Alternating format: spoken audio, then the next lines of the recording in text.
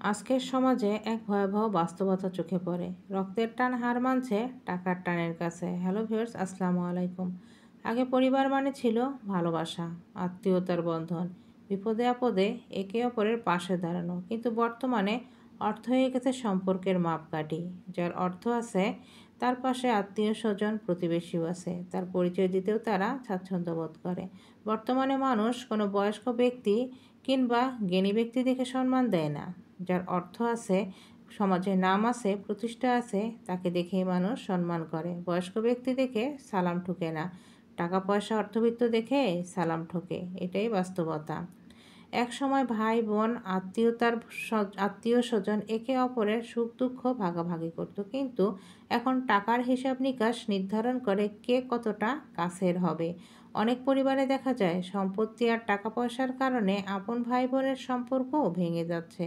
বোনের সঙ্গে বোনের দূরত্ব তৈরি হচ্ছে, এমনকি বাবা মার প্রতি অনেক সময় সন্তানদের ভালোবাসা অর্থের সঙ্গে বাধা পড়ে যাচ্ছে। এটাই বাস্তবতা। বাবা মা ভাই বোন প্রত্যেককেই অর্থ ছাড়া কাউকে চেনে না।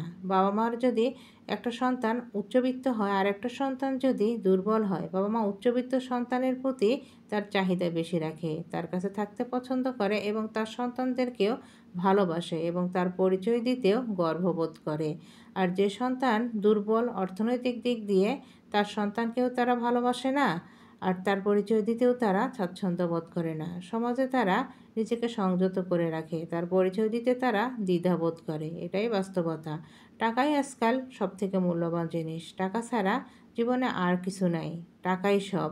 টাকাই মানুষের সম্মান। টাকা মানুষের জীবনের প্রয়োজনীয় একটা জিনিস। তবে সেটিকে যখন ভালোবাসা, মায়া, মমতার, আত্মীয়তার জায়গা দখল করে নেয়, তখন পরিবার ভেঙে যায়, সমাজ অশান্ত হয়ে ওঠে। রক্তের টান হলো প্রকৃত সম্পর্কের শক্তি, আর টাকা হলো কেবল লোভের টান। দুঃখজনক হলেও সত্য, আজকাল অধিকাংশ ক্ষেত্রে রক্তের সম্পর্কগুলো টাকার কাছে হার মানছে।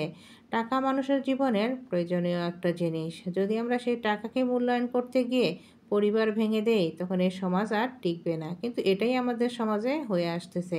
এটাই বাস্তবতা। তবে এখনও কিছু কিছু পরিবার আছে যেখানে অর্থ নয়, ভালোবাসায় সম্পর্ককে শক্ত করে রেখেছে।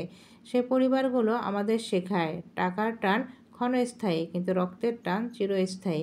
কিন্তু কতদিন থাকবে এই টান, কেউ কি বলতে পারবে?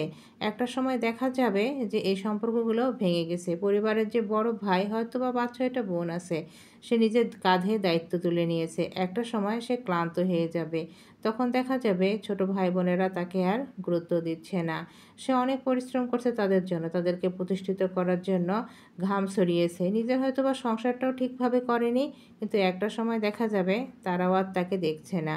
কারণ ওই যে বলবে, তুমি আমাদের জন্য কি করছো? তোমার সংসার করতে আমরা বাধা দেইনি, তুমি আমাদের জন্য করছো কেন? তখন তো তারা প্রতিষ্ঠিত হয়ে যাবে, তখন আর তাকে গুরুত্ব দেবে না। তাই নিজের চিন্তা করুন। এই সমাজের মানুষ টাকা ছাড়া কিছুই বোঝে না।